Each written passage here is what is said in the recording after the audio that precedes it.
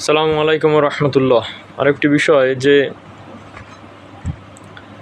তাদের উপস্থিতিতেই মার্কেট খুব দ্রুতই হয়তো বা অনেক দূর এগিয়ে যাবে। দেখেন, গতকালকে আমরা মার্কেটটা দেখেছি যে গতকালকের মার্কেট একটা আনএক্সপেক্টেড একটা মার্কেট ছিল, বা গতকালকে অনেকেই আমার কাছে অনেকে জিজ্ঞেস করছে যে সামনে কেমন হবে, তেমন স্ট্রংলি কোনো কমেন্টস করিনি, কারণ মার্কেটের যে কন্ডিশন ছিল তাতে করে মানুষের মধ্যে কিন্তু একটা ভীতির সঞ্চার হয়েছিল। আমরা দেখেছি যে এবং মার্কেটটা কিন্তু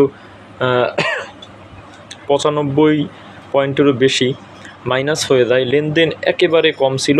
এর সবচেয়ে বড় একটা কারণ ছিল যে হয়তোবা বড় ছোটো অনেকে বিগ ইনভেস্টর মার্কেটে এঙ্গেজ হয়নি, হয়তোবা নেটওয়ার্কের কারণে বা বিভিন্ন কারণে তারা এঙ্গেজ হতে পারেনি, কারণ গতকালকেও সারা দেশে নেট সার্ভিসটা তেমন ছিল না।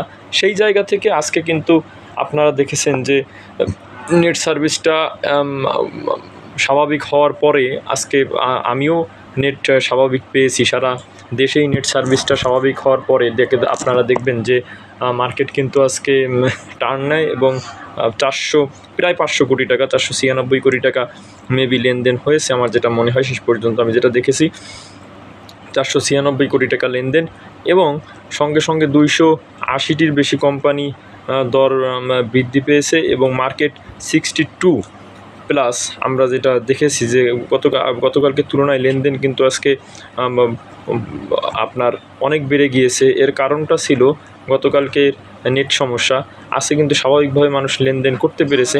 আমার বলার যেটা উদ্দেশ্য সেটা হলো যাদের উপস্থিতিতে মার্কেট খুব দ্রুত এগিয়ে যাবে। গতকালকে কিন্তু আমি একটা ভিডিও দিয়েছিলাম যে যাদের নিষ্ক্রিয়তার কারণে মার্কেট এই অবস্থা হয়েছে। গতদিন হয়তো বা স্মার্ট বা বড় ইনভেস্টর যারা, বিগ ইনভেস্টর যারা, তারা তাদের উপস্থিতি ছিল না, সেটা বর্তমান পরিবেশ পরিস্থিতি বা নেট কানেকশনের কারণে হতে পারে।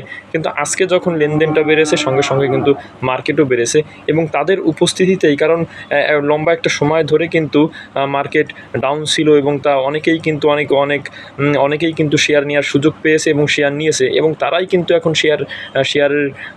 শেয়ারগুলা প্রফিটে বিক্রি করবে, এবং তাদের উপস্থিতি এখন এমন হবে যে শেয়ারগুলার প্রাইসও কিন্তু তারা বাই প্রেশার ক্রিয়েট করে বা আরও বাই প্রেশার দিয়ে তারা কিন্তু শেয়ারগুলোর প্রাইস উপরের দিকে উঠিয়ে নিয়ে যাবে, সঙ্গে সঙ্গে সূচকও কিন্তু উপরের দিকে উঠে যাবে। সেই জায়গা থেকে বলতেছি যে তাদের উপস্থিতিতে খুব দ্রুতই, আমার যেটা মনে হচ্ছে খুব দ্রুতই মার্কেটে একটা টার্ন আসবে, এবং মার্কেটের সূচকেরও একটা টার্ন আসবে, সূচকও একটা bullish movement, market bullish movement, এবং ভালো একটা অবস্থানে চলে যাওয়ার কিন্তু একটা সম্ভাবনা আছে আমি মনে করি। এবং যেহেতু তারা লং টাইম ধরে তারা শেয়ার কিনেছে এবং তারা মার্কেটের মধ্যে আছে, মার্কেটটাও উঠতে হবে, বড় ছোটো সকলের প্রফিটও করতে হবে, তারা শেয়ার কিনেছে তাদেরও প্রফিট করতে হবে। সেই জায়গা থেকে মার্কেট খুব দ্রুত একটা টার্ন নেওয়ার একটা সম্ভাবনা। এই জন্য আমি একটা কথা বলেছিলাম গতকালকে যে আসলে আতঙ্কিত, এই মুহূর্তে আতঙ্কিত হওয়ার কিছু নেই বা আতঙ্কিত হওয়া যাবে না।